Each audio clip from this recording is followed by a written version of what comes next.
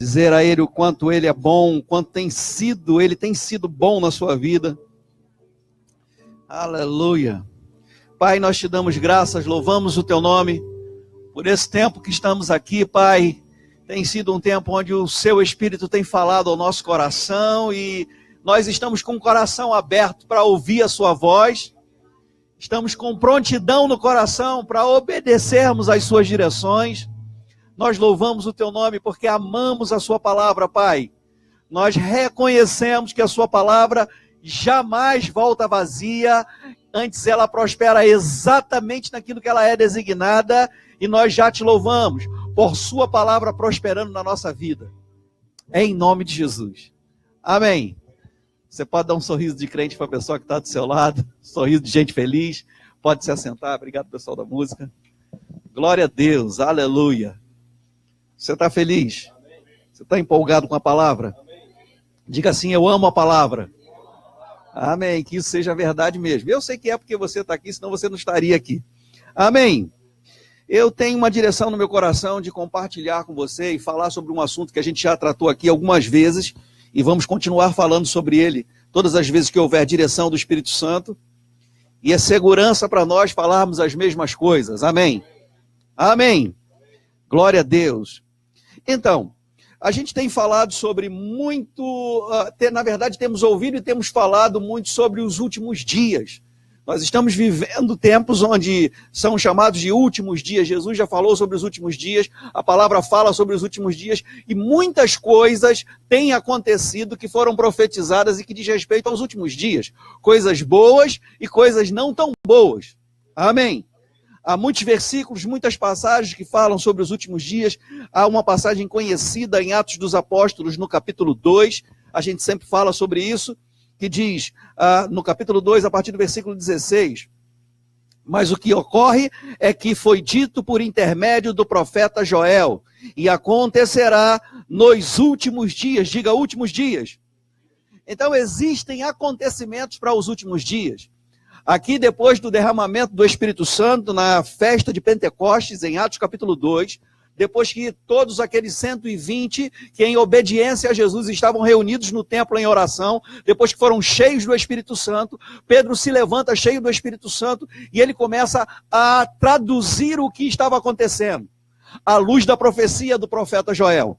Então ele diz, fala sobre os últimos dias, o que o profeta Joel profetizou nos últimos dias, diz o Senhor, que derramarei do meu espírito sobre toda a carne, vossos filhos e vossas filhas profetizarão, vossos jovens terão visões e sonharão vossos velhos, até sobre os meus servos e sobre as minhas servas derramarei do meu espírito naqueles dias e profetizarão.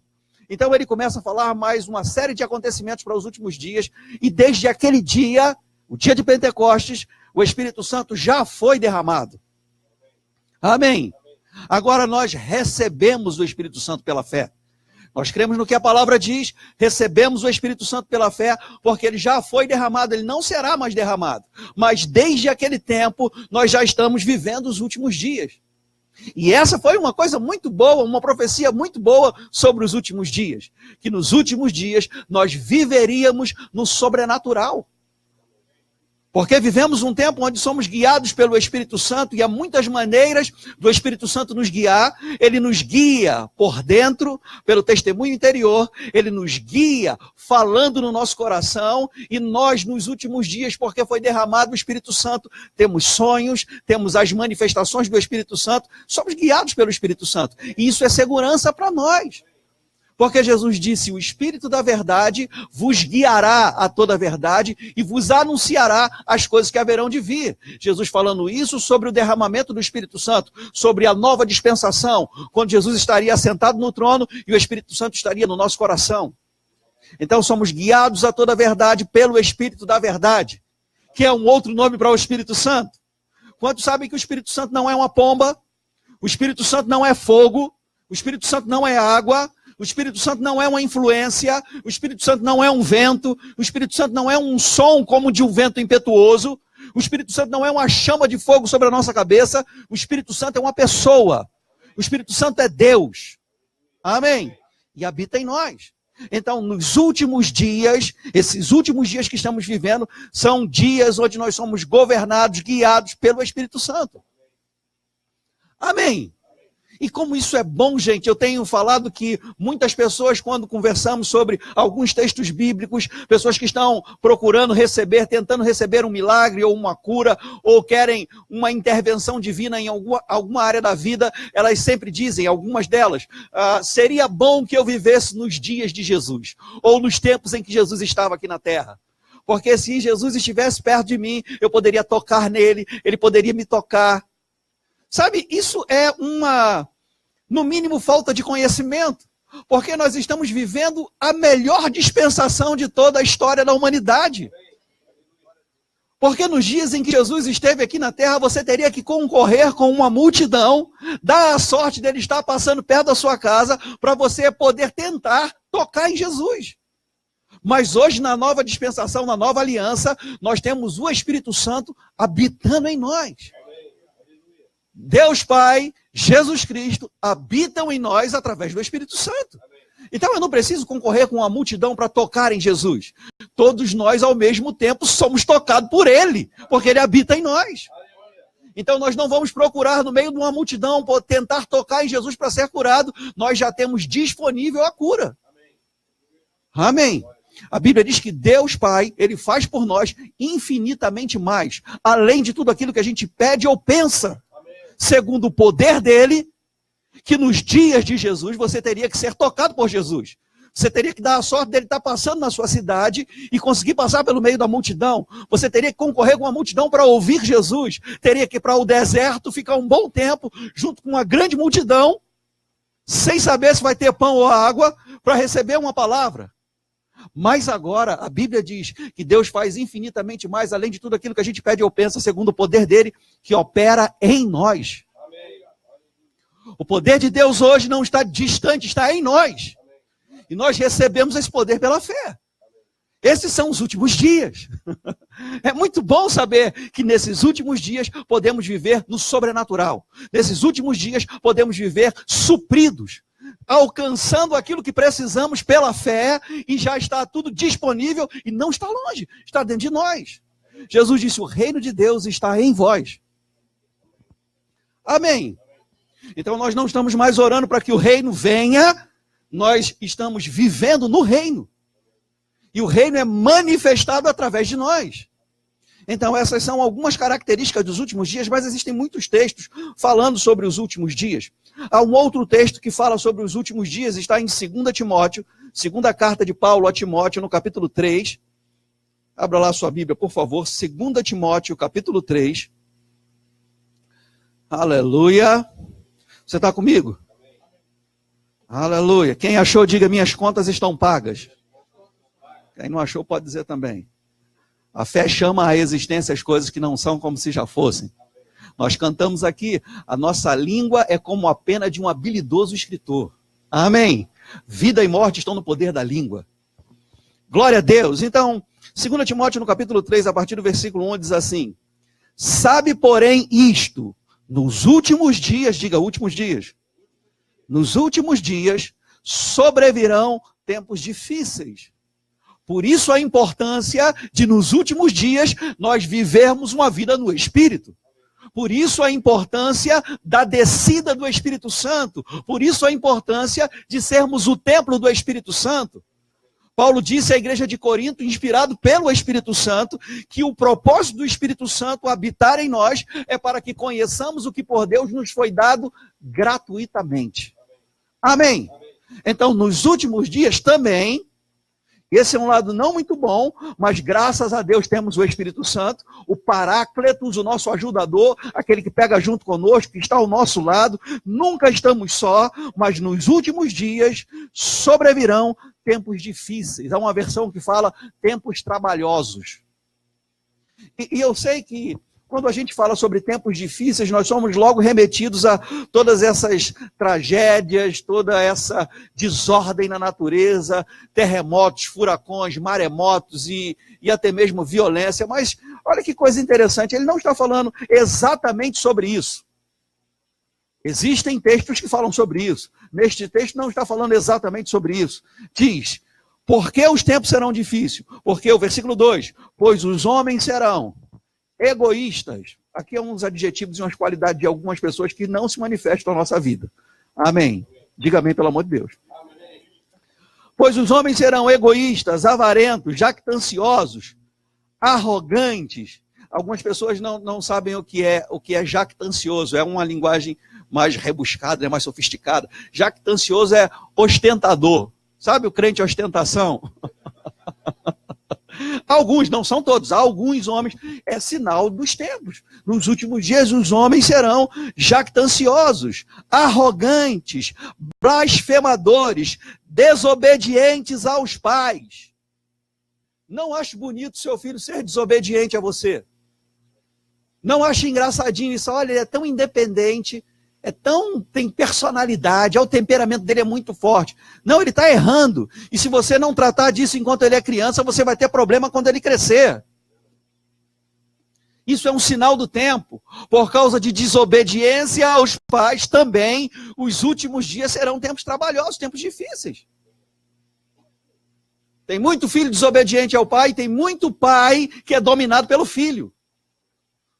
Seu filho não é o deusinho da casa, seu filho é seu filho. E você é pai. Ontem alguém me disse, uma pessoa me disse ontem, eu queria tanto ver um programa, mas minha filhinha pequenininha não quer deixar eu mudar de canal. Isso não tem sentido. Não tem coerência isso. Filhos obedecem aos pais. E pais exercem autoridade sobre os filhos. Essa é a ordem bíblica. Isso é o correto. Amém? Os tempos são difíceis porque os filhos são desobedientes aos pais, dentre outras coisas. Mais algumas coisas interessantes, mais algumas qualidades.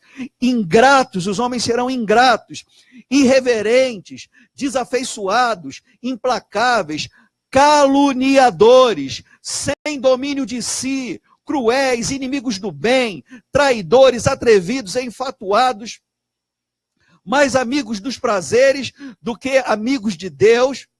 E essa palavra aqui, enfatuado, tem algumas definições, é interessante também. É uma pessoa que se torna arrogante, uma pessoa cheia de orgulho, é uma pessoa que, essa palavra dá o sentido de levantar fumaça, sabe, passar algo que ela de fato não é.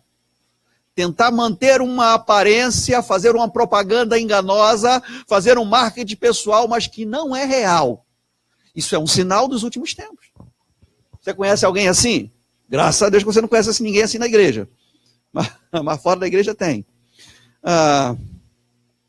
Mais amigos dos prazeres do que amigo de Deus, tendo forma de piedade. Essa palavra piedade é o contrário de impiedade. É uma vida com Deus. Piedade é uma vida com Deus. Impiedade é uma vida sem Deus. Então os homens terão forma de piedade nos últimos dias, negando-lhe, entretanto, o poder. Isso nós chamamos isso de espírito religioso. A pessoa faz ou tem uma aparência de religiosidade, tem uma aparência de ser alguém humilde, mas é uma falsa humildade. Não é real. Tendo a forma de piedade, parece que é uma pessoa piedosa, mas ela nega o poder dessa piedade, dessa vida com Deus.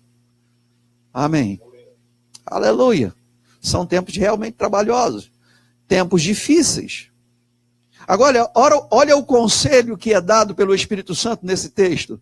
Foge também destes. Então, se as pessoas têm essa qualidade, foge delas.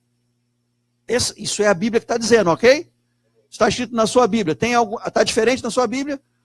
Não, foge de gente assim. Gente assim não tem que estar associada a você. Gente assim não tem que fazer parte do seu dia a dia. Foge dessas pessoas que tenham essas qualidades aqui, porque é um sinal dos tempos. Os últimos dias serão tempos trabalhosos, tempos difíceis, por causa de gente assim. Amém. Andar com gente que finge ser uma coisa que não é. Andar com gente que finge ser mais espiritual do que de fato é. Andar com gente que é religiosa, mas nega o poder da religião, da religiosidade. Tem uma pessoa ali atrás para entrar. Então, uma pessoa que perto de você vai causar problemas, vai fazer com que as coisas sejam mais difíceis do que de fato são. Então, o conselho do Espírito Santo é: foge. Foge dessas pessoas. Sabe, aí agora tem uma situação que a gente tem visto e a gente tem aconselhado pessoas. Pessoas não seguem o conselho da palavra, pessoas não fazem o que a palavra diz, como, por exemplo, fugir de gente assim. E aí depois traz problemas para a igreja, ou traz problemas para a liderança, para que a gente resolva. Problemas que só existem porque elas antes não seguiram o conselho da palavra. Sabe, nós devemos continuar andando em amor com as pessoas, devemos continuar sendo misericordiosos com as pessoas, mas pessoas que não querem se posicionar, foge delas. Que tipo de pessoas? Essas pessoas que têm esse tipo de comportamento, porque tudo isso aqui é um comportamento que vai virar traço de caráter. Porque se a pessoa insiste deliberadamente em se comportar desse jeito, isso vai se tornar parte dela. Blasfemadores, arrogantes, avarentos. Sabe, o avarento é aquele que ama o dinheiro. Não é aquele que tem muito dinheiro, não. Porque tem muita gente quebrada, lisa, dura, sem dinheiro, que ama o dinheiro. Amém. Foge dessas pessoas. Desafeiçoadas, implacáveis, caluniadores. Sabe, pessoas que ficam caluniando outras pessoas. Deixa eu lhe dizer, essa palavra caluniadores, no grego, língua em que foi escrito esse texto, é diabolos, que quer dizer caluniadores. O diabo é um caluniador.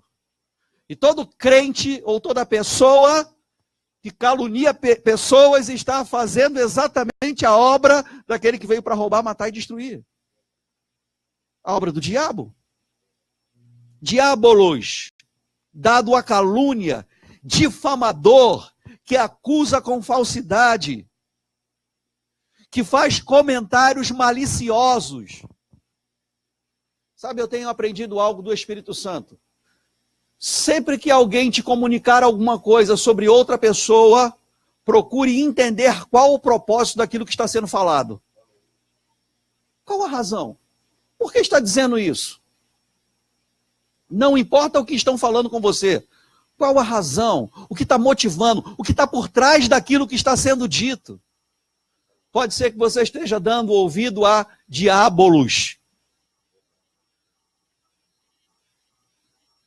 Pastor, o senhor está dizendo que eu estou sendo influenciado por demônio? Não, você está ouvindo alguém que está se comportando como um demônio.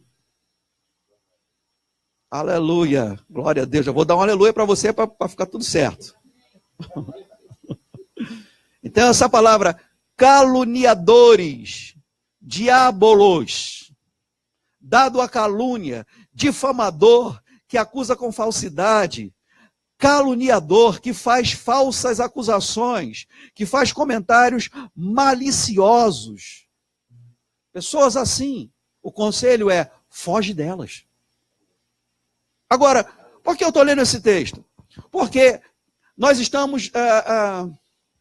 alguém, acho que já disse isso, falou para mim que o grande problema da igreja é a instituição, é porque a igreja se tornou institucional.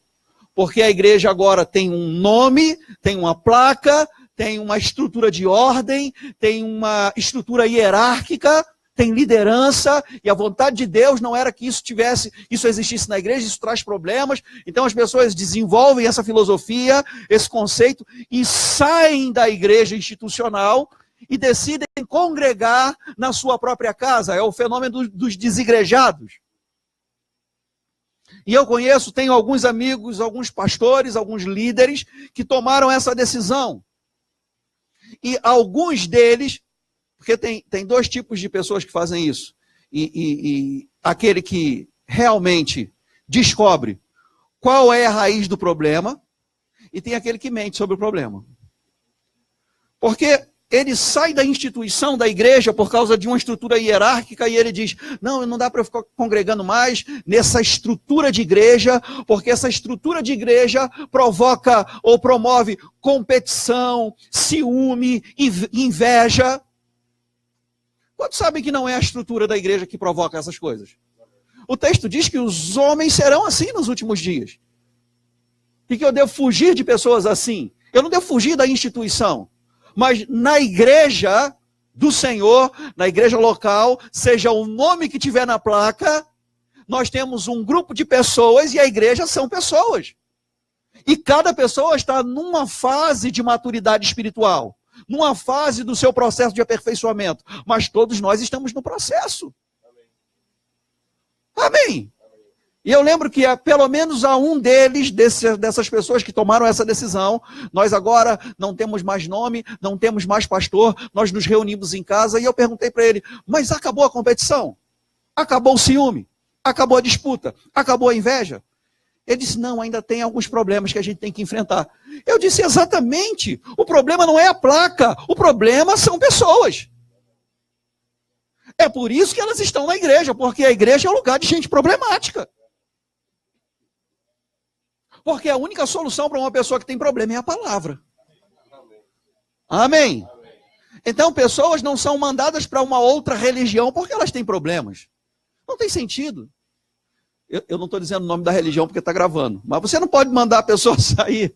Tá? Não, você é muito problemática, vá para uma outra religião. Até porque a gente não tem religião. Mas você não joga uma pessoa fora porque ela tem problema. Porque se esse fosse o princípio, não teria ninguém aqui, nem eu. Porque todos nós estamos no processo. Alguns estão em uma fase mais avançada, outros não. Mas todos juntos estamos no processo. Estamos sendo aperfeiçoados. E vez ou outra, por causa do processo, alguém pode falhar. Alguém pode falhar com você, você pode falhar com alguém. Alguém pode frustrar você, você pode frustrar alguém. Alguém pode magoar você e você pode magoar alguém.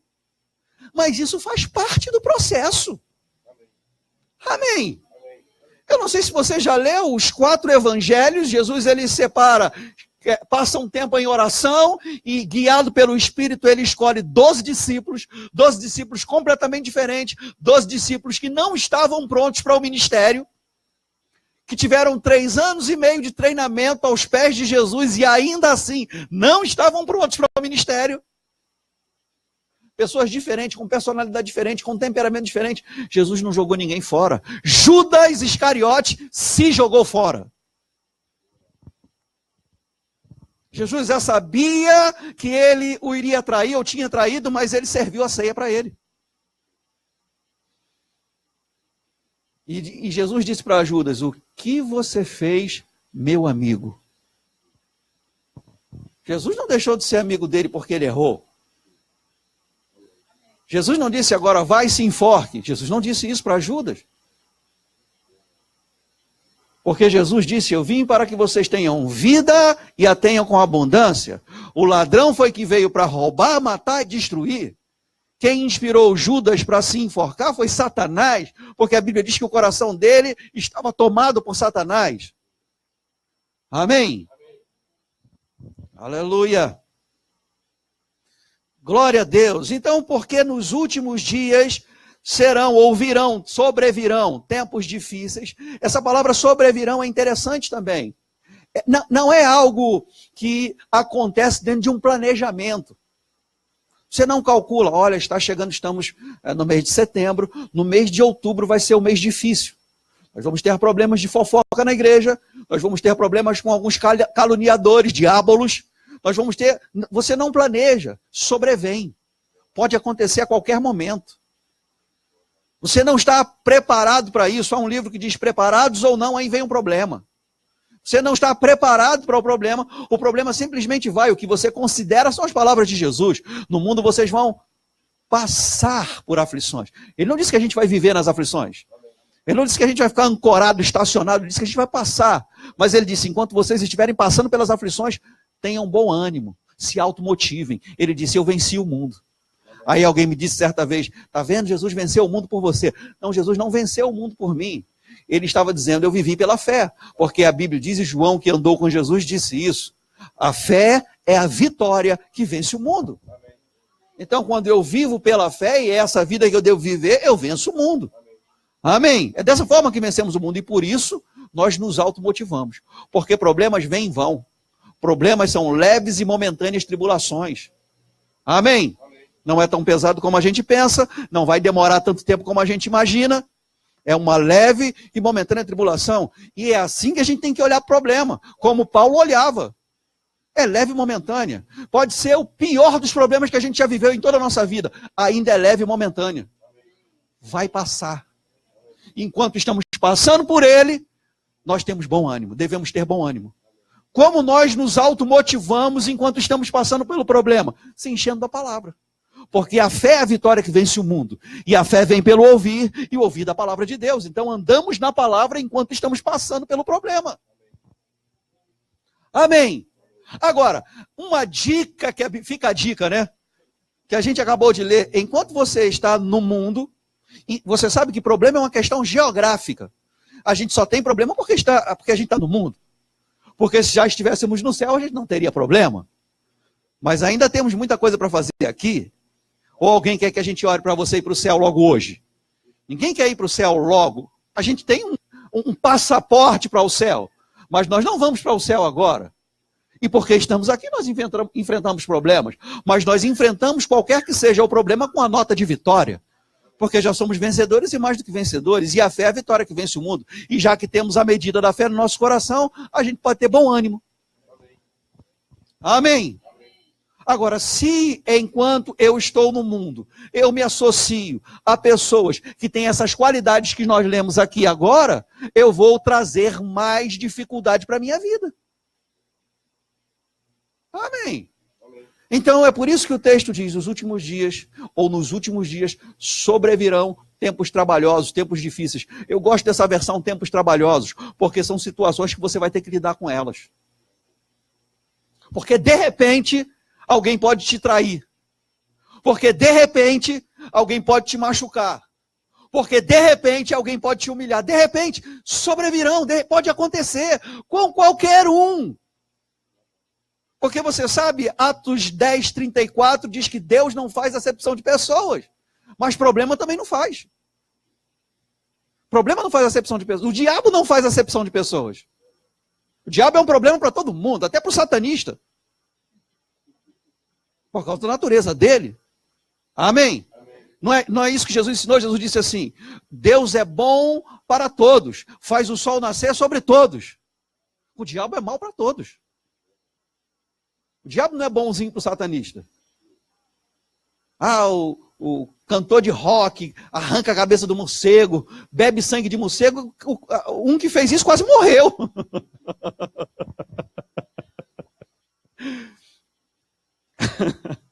Mas Deus é bom.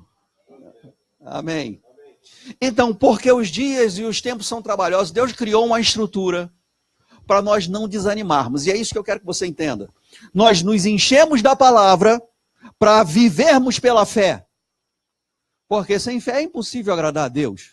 Amém? Então nós vivemos pela fé. O justo, ele não usa a sua fé quando está passando por problema. O justo, ele não usa a sua fé quando ele está enfermo. O justo, ele não usa a sua fé quando ele está passando por um problema no casamento. O justo, ele não usa a sua fé quando ele está passando por um problema financeiro. O justo vive pela fé. E quando os problemas chegam, ele já está vivendo pela fé. Amém? O justo viverá pela fé. E se o justo, que deveria viver pela fé, retroceder, a Bíblia diz, Deus dizendo, a minha alma não tem prazer nele. É a mesma coisa que está escrito em Hebreus 11:6. Sem fé é impossível agradar a Deus. Porque Deus não tem prazer quando a gente retrocede. Porque se a gente retroceder, ou fora de uma vida de fé, nós não vamos viver na vitória. Porque a fé é a vitória que vence o mundo. Amém? Então Deus criou também uma estrutura chamada igreja. E nesta estrutura chamada igreja, congregados, nós nos estimulamos mutuamente ao amor e às boas obras. Porque, por razão dos últimos dias serem tempos difíceis ou trabalhosos, pode ser que por causa de todos esses adjetivos e qualidades que nós vimos que vão acontecer nos últimos dias da humanidade, a gente desanime em algum momento. Amém. Ter o desejo de desanimar, ou mesmo que o desânimo chegue, não é errado. O errado é quando o desânimo chega, eu permanecer desanimado. Quando o desânimo chegar, eu tenho que me automotivar. Eu tenho que me animar e usar dos recursos que eu tenho na palavra. Um deles é essa estrutura de igreja. Amém. É por isso que lá em Hebreus, no capítulo 10, abra lá por favor, eu sei que você conhece, mas a gente está relembrando dessas coisas.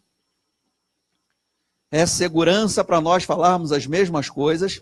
E essa é uma mensagem muito adequada para esse tempo que a gente está vivendo. Hebreus capítulo 10, versículo 24. Deixa eu ler o 25 primeiro, depois eu leio o 24.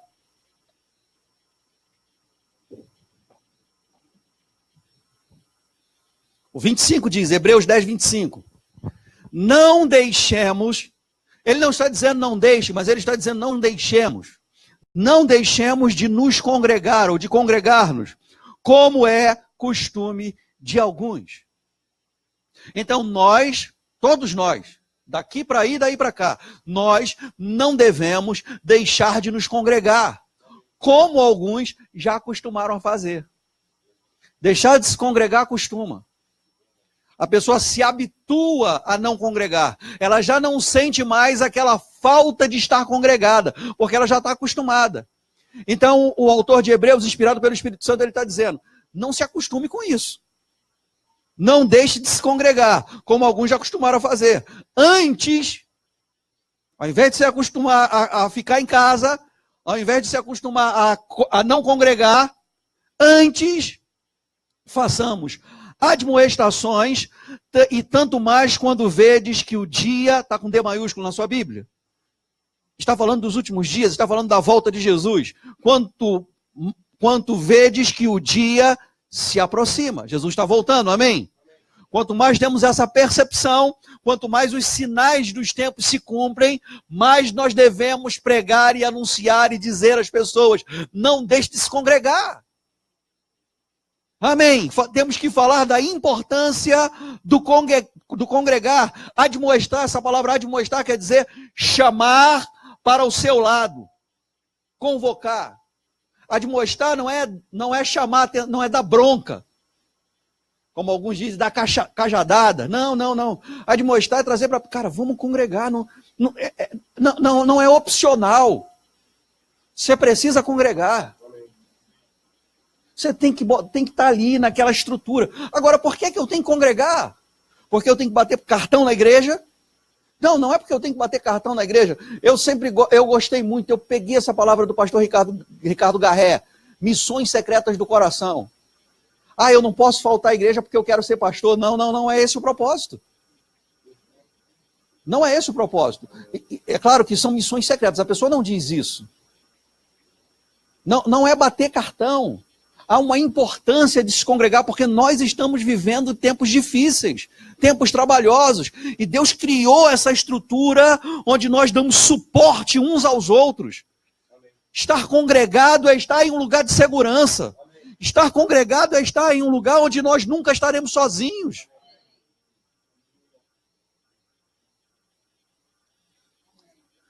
Algumas pessoas, mesmo congregadas, dizem que estão sós porque as pessoas não a procuram, mas porque também elas não fazem o que a Bíblia ensina. A Bíblia diz, está alguém doente entre vós? Chame os presbíteros. Não é, está alguém doente entre vós? Os presbíteros adivinharão. Está enfrentando algum problema, o conceito e o princípio é o mesmo. Está enfrentando algum problema, precisa comunicar. Agora, algumas pessoas são tão orgulhosas que não querem expor o problema. Não querem passar que estão enfrentando algum desafio. Até porque muitas vezes não querem receber o conselho da palavra. Amém. Admoestar é chamar para perto, é chamar para junto. Você pega a pessoa e chama ela para junto. Isso vai depender muito de pessoa para pessoa. Tem gente que você vai ter uma conversa mais tranquila, outros não. Outros você vai ter que pegar junto mesmo, ir na casa e trazer para congregar. Outros você vai ter que investir financeiramente para que ela congregue. Mas vale a pena. Amém. Então, nós devemos admoestar, quanto mais quando a gente observa que o dia está chegando. Agora olha o versículo 24, diz assim: consideremos-nos também uns aos outros. Então nós precisamos nos considerar uns aos outros. Considerar é perceber, notar. Nós temos que nos considerar uns aos outros. Essa é a razão de nós nos congregarmos. Essa é a razão de se congregar. Consideremos-nos também uns aos outros para nos estimularmos. Então a gente precisa de estímulo. A Bíblia diz, Jesus ensinou, no mundo vocês vão passar por aflições, mas tenham bom ânimo. Eu venci o mundo. Então ele vai e cria uma estrutura chamada igreja, onde nós podemos nos estimular. De vez em quando a gente vai passar por aflição. Não é uma profecia, é um fato e uma questão geográfica. É porque a gente está no mundo. Nós não somos do mundo, mas estamos no mundo. Então, quando estivermos passando por aflições, porque temos uma família da fé, porque temos uma congregação e porque temos humildade suficiente para nos expor. Amém ou não amém? Sim ou não? Nós vamos ter toda essa estrutura que Jesus criou para nos favorecer. Nós nos estimulamos ao amor e às boas obras. Porque, por razão do que nós lemos em 2 Timóteo, no capítulo 3, a partir do versículo 1, todas aquelas qualidades que os homens terão nos últimos dias, pode ser que a gente se canse de fazer o bem. Texto que o irmão Tony leu hoje. Pode ser que a gente precise de estímulo para continuar andando em amor. Pode ser que a gente precise de estímulo para continuar andando em boas obras. É isso que o texto diz. E Deus nunca jogou a palavra fora. De fato, a palavra de Deus jamais volta vazia. Toda palavra tem um propósito. É por isso que Paulo, inspirado pelo Espírito Santo, disse: no mundo há muitas vozes, nenhuma delas, no entanto, sem propósito. Então a voz de Deus não é sem propósito. A palavra de Deus não é sem propósito. Então a palavra está dizendo que pode ser que aconteça, existe essa possibilidade de nós desanimarmos. Por conta dos tempos serem trabalhosos. Então, não deixe de se congregar. Porque quando vocês se congregam, vocês se estimulam mutuamente a continuar andando em amor e a continuar andando em boas obras. A pessoa se isola e ela desanima. Porque o princípio bíblico é estar junto para estar animado. Ah, eu não sei porque eu estou me sentindo tão deprimido, porque você está isolado. Estou tão desanimado, porque está isolado. Porque quem está junto está animado. Porque quando você está junto, mesmo quando você é corrigido, você se anima, porque você já sabe que o filho amado é corrigido pelo pai. A correção só vem para quem é filho. Porque fora do amor não há correção. Porque ninguém quer ter trabalho com ninguém. Uma pessoa que dá trabalho, uma pessoa problemática, ninguém quer ter trabalho com ela, a não ser quem ama. Amém? Só gasta, ou melhor dizendo, só investe tempo em me ajudar quem me ama. Quem não me ama não quer nem saber. Quer nem notícia. Não vou dizer nem que fica torcendo contra, mas não quer nem saber o que está acontecendo. Mas quem ama, paga o preço.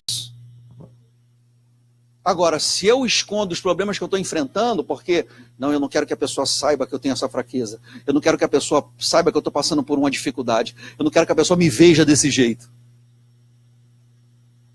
Então eu sou um infatuado, eu estou fazendo uma cortina de fumaça para passar uma aparência diferente. Eu estou passando uma aparência de piedade, mas negando o poder da piedade. Não, a gente tem que ser transparente. A gente tem dificuldade, está enfermo, chama os presbíteros.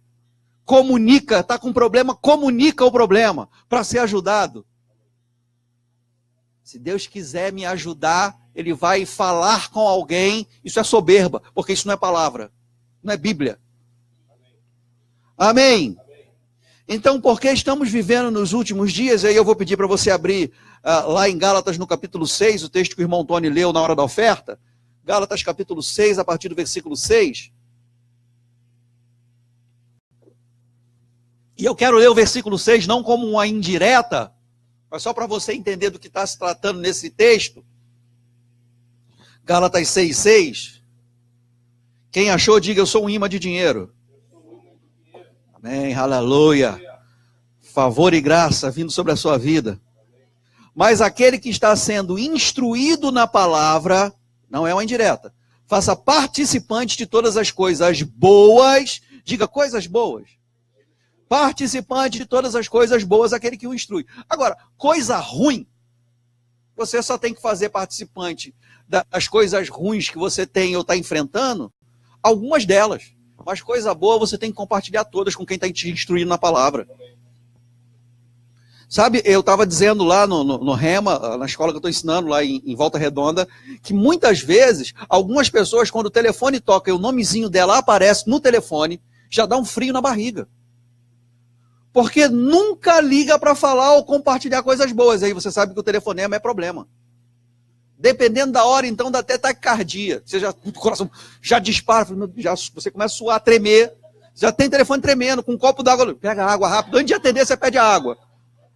Porque a Bíblia está ensinando, o texto está dizendo que nós temos que fazer participante de todas as coisas boas. Coisas boas. Sabe, você consegue...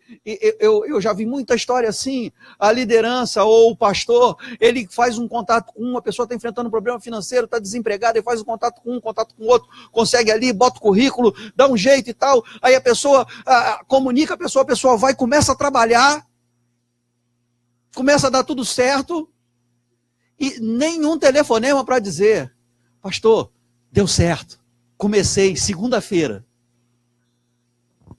Aí você tem que perguntar, porque você falou com muita gente.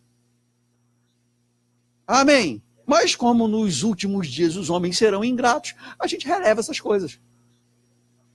Amém. Então, nós temos que fazer participante de todas as coisas boas. Dá um telefonema: pastor, deu certo, está tudo certo, conseguimos, fomos abençoados, está tudo fluindo, a gente vai sair dessa situação. Amém. Consegui comprar o carro, consegui comprar a casa, compartilhar, deu certo, resolvemos aquele problema, saímos daquela situação. Pastor, estou ligando só para te dar uma boa notícia. Sabe, algumas pessoas, às vezes eu ligo para o meu pastor Eliezer Rodrigues, e digo para ele: pastor, estou precisando falar com o senhor, mas fica tranquilo, que coisa boa. Já tem que antecipar, porque senão a gente deixa a pessoa nervosa. Pensa que é problema. Então, aquele que está sendo instruído na palavra, faça participante de todas as coisas boas. Diga coisas boas. Eu quero que você saiba que é coisa mesmo, está falando de coisa. Não está falando só, eu estou falando de dar boas notícias, mas está falando também de coisas boas. Ganhou um aumento, chegou um dinheiro que você não estava esperando, semeia na vida de quem está te instruído na palavra. Isso é correto, é bíblico e agrada ao Senhor. Amém. Eu vou te mostrar que está falando de coisas. Eu não sei se você sabe. Coisa boa, coisa, espécie, coisa boa. Faça participante de todas as coisas boas, aquele que te instrui na palavra. Lembra quando Jesus diz em Mateus, no capítulo 26, tratando sobre o subtítulo fala as solicitudes da vida. E ele diz que nós não devemos andar ansiosos por coisa alguma. Ele está falando sobre o quê? Comida, bebida e vestuário. Como chega comida, bebida e vestuário na sua vida? Comida, bebida e vestuário. Jesus ele vai dizer: mas buscai, pois, em primeiro lugar o reino de Deus e a sua justiça, e todas estas demais coisas vos serão acrescentadas. Está falando de coisas. Comida, bebida e vestuário. Amém. Então, não vos enganeis. De Deus não se zomba ou se escarnece, dependendo da sua versão. Pois aquilo, ou tudo aquilo que o homem semear, isso também ele ceifará. Porque o que semeia para a sua própria carne, da carne colherá corrupção, mas o que semeia para o Espírito, do Espírito colherá vida eterna. Zoe, qualidade de vida de Deus. Porque vida eterna não quer dizer quantidade de dias, mas qualidade de vida. Vida eterna não começa quando você morre, mas começa no dia que você nasce de novo. Quando você nasceu de novo, a vida de Deus veio para dentro de você. Se agora tem a natureza de Deus, você tem Zoe, a própria vida de Deus, vida eterna, qualidade de vida de Deus. Não é quando você morrer, você já vive a vida de Deus agora. Amém. Então ele está falando sobre semeadura, é por isso que o versículo 6 fala sobre compartilhar coisas boas. E lembra, a gente está vivendo os últimos dias, os homens serão ingratos. Pode ser que alguém que me instruiu na palavra, porque também está no mesmo processo que eu, erre, como eu de vez em quando erro. Hoje erramos menos do que ontem, porque estamos melhorando. Amém. Aquele que começou a boa obra há de aperfeiçoá-la. Então a gente está nesse processo de aperfeiçoamento, e quem está aperfeiçoando a gente é aquele que começou a boa obra. A gente está melhorando, hoje erramos menos do que ontem. Mas pode ser que aquele que me instruiu na palavra e que eu semeei na vida dele, eu compartilhei com ele coisas boas, ele pode ser que erre em algum momento, não reconheça em algum momento aquilo que eu fiz por ele. Porém, a minha colheita vem de Deus. É por isso que o versículo 7 diz, não se engane. De Deus não se zomba nem se escarnece, porque não entender isso é zombar de Deus. É não conhecer a natureza de Deus, e Deus é bom e é galardoador, recompensador. Então, o que eu fiz de bem por alguém, o que eu fiz para ajudar e cooperar e contribuir, coisas boas que eu semeei e compartilhei na vida dos meus líderes, se não houver reconhecimento deles, não importa. Porque tudo que eu plantei, eu vou colher. Não se engane com relação a isso. Porque nós nos frustramos, porque nós queremos viver uma vida longe da palavra. Falamos da palavra, andamos com a Bíblia debaixo do braço, dizemos que somos crentes, mostramos nossos diplomas de escolas bíblicas, mas nós queremos andar e viver do nosso jeito, andar segundo os nossos pensamentos. Não, nós não devemos andar segundo os nossos pensamentos, devemos andar em linha com a palavra. Aquilo que eu plantei, eu vou colher. Aí eu fico esperando que alguém me dê retorno daquilo que eu plantei. A minha colheita não vem de homens. Minha colheita não vem de pastores. Minha colheita não vem de ministros. Minha colheita vem de Deus. Não se engane, de Deus não se zomba. Tudo aquilo que o homem semear, isso também ele ceifará. Agora, coisas boas e coisas ruins. Entendendo que a colheita vem sempre em maior proporção do que a semeadura. Você planta um carocinho de milho e você vai colher algumas espigas de milho cheias de caroço. Amém? Então nós plantamos e colhemos. Então o que eu faço por alguém, seja líder, e a gente vai continuar lendo o texto para você ver que vai falar de mais pessoas, mas o que eu faço por alguém, eu não colho desse alguém, eu colho de Deus. Aleluia, então veja, o versículo 7 está dizendo que essas coisas boas que eu estou repartindo com aqueles que me instruem a palavra, são sementes. Então você abençoou a vida do seu líder. Agora, não é só coisas, mas atitudes também. Amém. Alguém disse, você vai ter as ovelhas que você foi. Você vai ter os funcionários na sua empresa que você foi. Alguns vão dizer aleluia, outros vão dizer misericórdia. Então não vos enganeis, de Deus não se zomba, pois aquilo que o homem semear, isso também ele ceifará. Porque o que semeia para a sua própria carne, da carne colherá corrupção. Mas o que semeia para o Espírito, do Espírito colherá a vida eterna. E não nos cansemos de fazer o bem. Não nos cansemos de fazer o bem, porque às vezes a gente se cansa, porque às vezes a gente se decepciona, porque às vezes a gente enfrenta a ingratidão, mas não se canse. Nós só nos cansamos quando nós estamos olhando de maneira errada para a situação. Não olhe de maneira errada para a situação que você está vivendo. Não se canse, porque o que você fez foi uma semente que você plantou. O bem que você fez por alguém foi uma semente que você plantou. E não se engane, não se engane. Tudo que você plantou, você vai colher. Que você semeou, você vai colher. Amém. E não se canse, ou não nos cansemos, todo mundo incluído nisso, não nos cansemos de fazer o bem, porque a seu tempo ceifaremos. Existe um tempo para ceifar, existe um tempo para colher. No tempo da colheita colheremos, a seu tempo nós ceifaremos. Se aqui é uma condicional. Se não desanimarmos, não desfalecermos.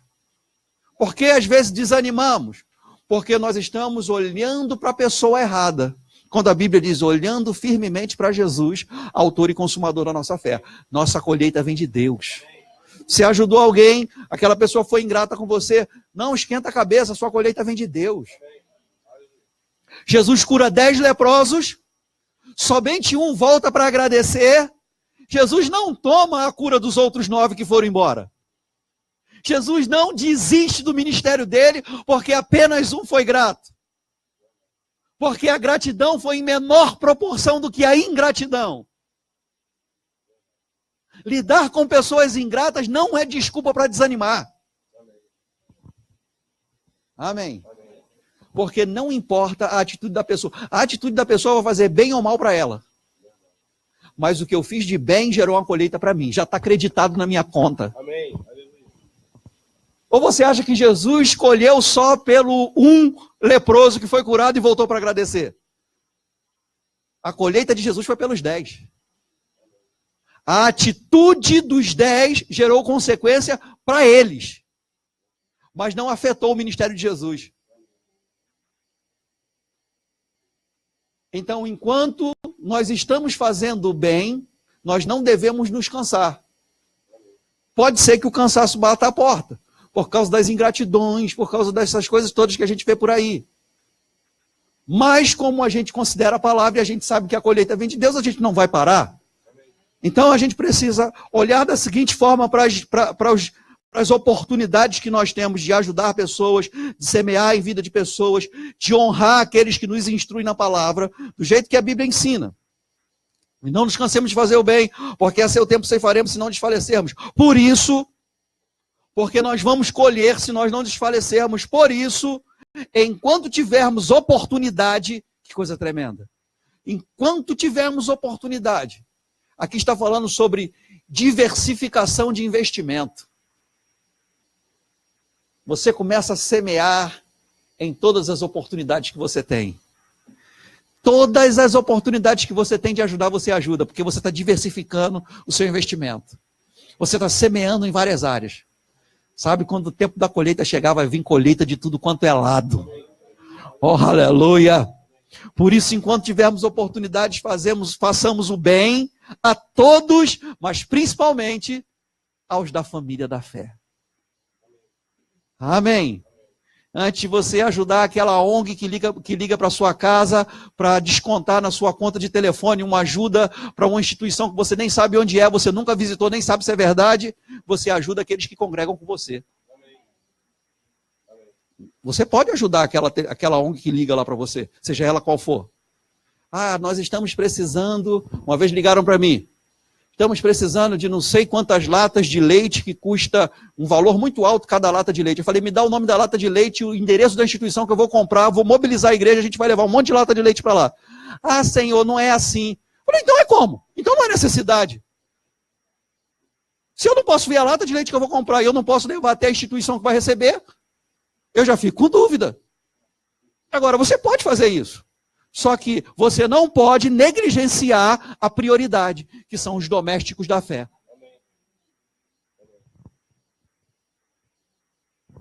E outra, quando a gente fala de ajudar domésticos da fé, eu não estou falando somente de semear ou abençoar a vida de um irmão especificamente, não. Ser dizimista e ofertante é cuidar ou priorizar o cuidado, em primeiro lugar, com os domésticos da fé. Porque algumas pessoas dizem, olha, eu estou ajudando a uma clínica de recuperação de dependente químico. Legal. Eu estou ajudando a um abrigo para pessoas de mais de 65 anos, de idosos, um abrigo de criança. Legal. Mas sabe, eu vou dizer uma coisa para você. A igreja é a melhor casa de recuperação que existe. Porque por causa da palavra e da unção do Espírito, e porque estamos congregados, pessoas que poderiam se envolver com drogas, nunca vão se envolver. Porque por causa da palavra, nós não vamos ter mães solteiras, pelo menos não tanto como se tem lá fora. Porque aqui a gente tem a palavra. Então, a igreja, quando eu sou fiel nos meus dízimos e nas ofertas, eu estou cuidando dos domésticos da fé. Porque eu possibilito socorro da igreja para pessoas que talvez eu nem saiba que estão passando por dificuldade.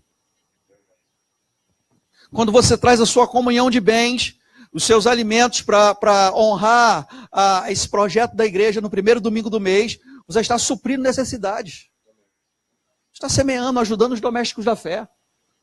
Amém. E sabe, nós somos mais fortes quando estamos juntos, ou quando empreendemos juntos.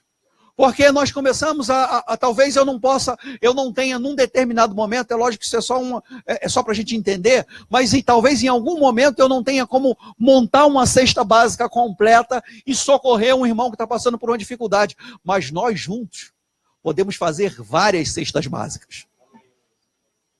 Amém. Então é por isso, e aqui eu quero terminar voltando lá para Hebreus no capítulo 10, versículos 24 e 25. Consideremo-nos também uns aos outros para nos estimularmos ao amor e às boas obras. E não deixemos de nos congregar, como é costume de alguns.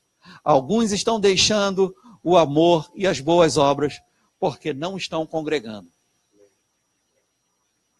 Porque se não fosse importante o congregar, não estaria estabelecido na palavra. Então não deixe de se congregar. E quanto mais você vê que o dia se aproxima, pega junto com quem você conhece, chama para perto quem você conhece e diz que ele não deve deixar de congregar. Já tem muita gente acostumada com isso, ela não deve se acostumar também. Amém? Ela pode tirar férias, ela pode passear, ela pode viajar, mas ela tem, quando estiver viajando, no dia de culto, sentir falta. Tem que dar saudade. Nós não somos exagerados e desequilibrados a ponto de dizer que você não pode ter uma atividade, que você não pode ir a um casamento, a um aniversário de alguém da sua família, visitar uma pessoa que está no hospital. Nós não estamos dizendo isso. Mas sabe, se você precisa de fato fazer isso, você tem que fazer e tem que ter saudade. Você tem que ficar com saudade. Tem que ser algo que não é natural para você. Você tem que ficar incomodado mesmo. É como o irmão Reiga dizia, como tomar banho de meia. Tem alguma coisa que não está certa, que está errado. Você foi tomar banho, tirou a roupa, esqueceu de tirar a meia, está molhado lá de meia. Tem alguma coisa que não está certa. Tem que ser esse sentimento que você tem que ter. O dia de estar congregado em que eu não estou congregado por um motivo justo, ainda assim eu estou incomodado. Dá saudade, sabe de saudade de congregar? Saudade dessa estrutura que foi estabelecida pelo Senhor.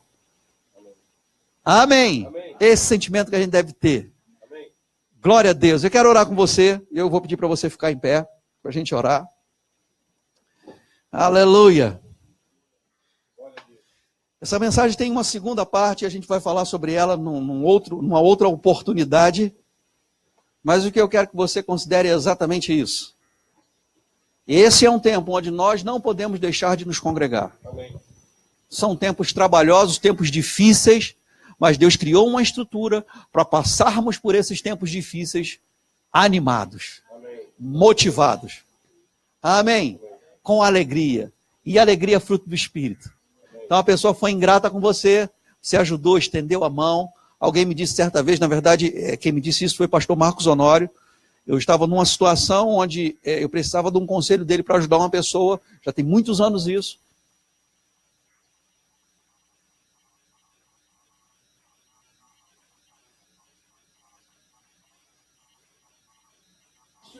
Você nunca vai se arrepender de dar mais uma oportunidade.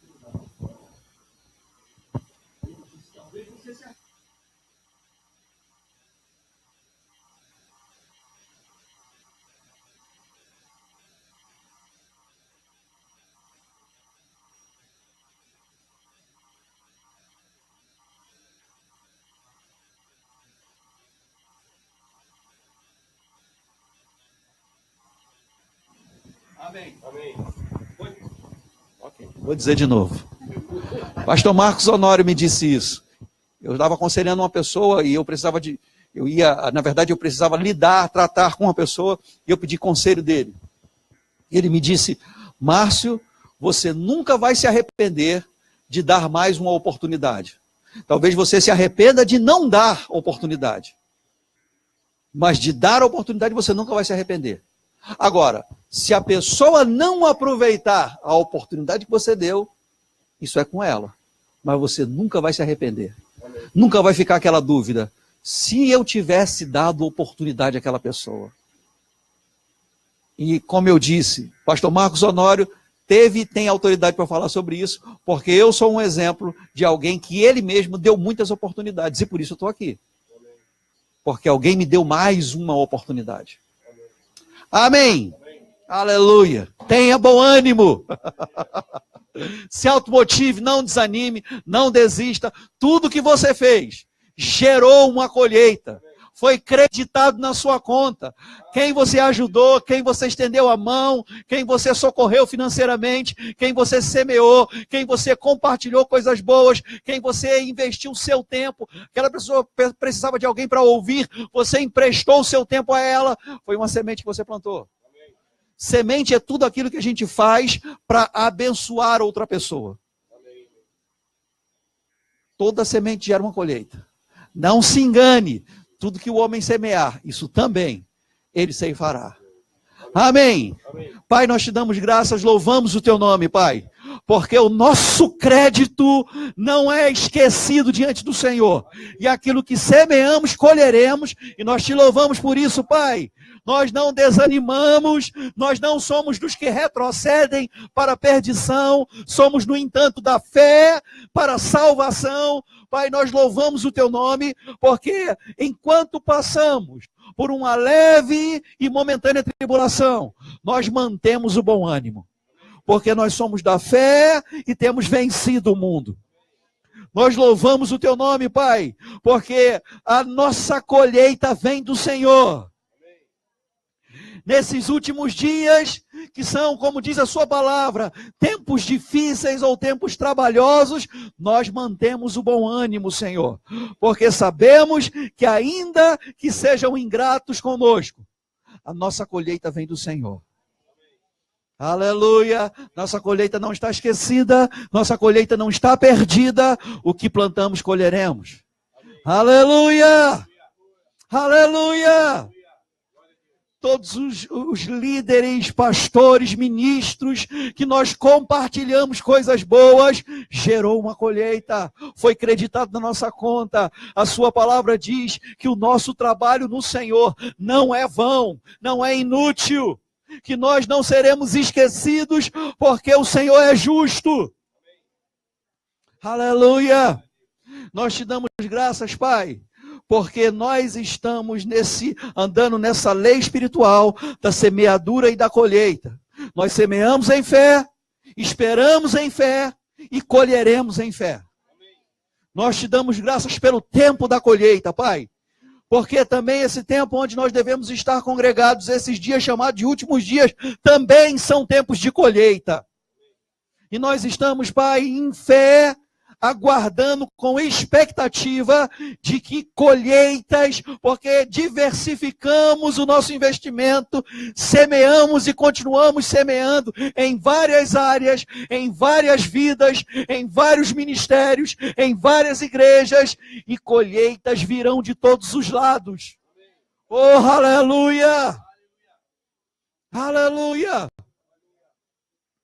Obrigado, Pai, porque o Senhor é fiel. Oh, glória a Deus. Quantos estão felizes e creem que a colheita está vindo? Sua colheita é certa. Não tenha dúvida. A colheita que vem de Deus virá. Certamente virá. Então não desanime, não desista. E como disse Joyce Meyer, continue continuando. Aleluia. Amém. Glória a Deus. Vou chamar o irmão Tony aqui. Ele tem uma palavra para nos dar sobre missões. Você pode se assentar um pouco. Já já a gente tem mais um monte de coisa para fazer ainda hoje. Né, Rodrigo?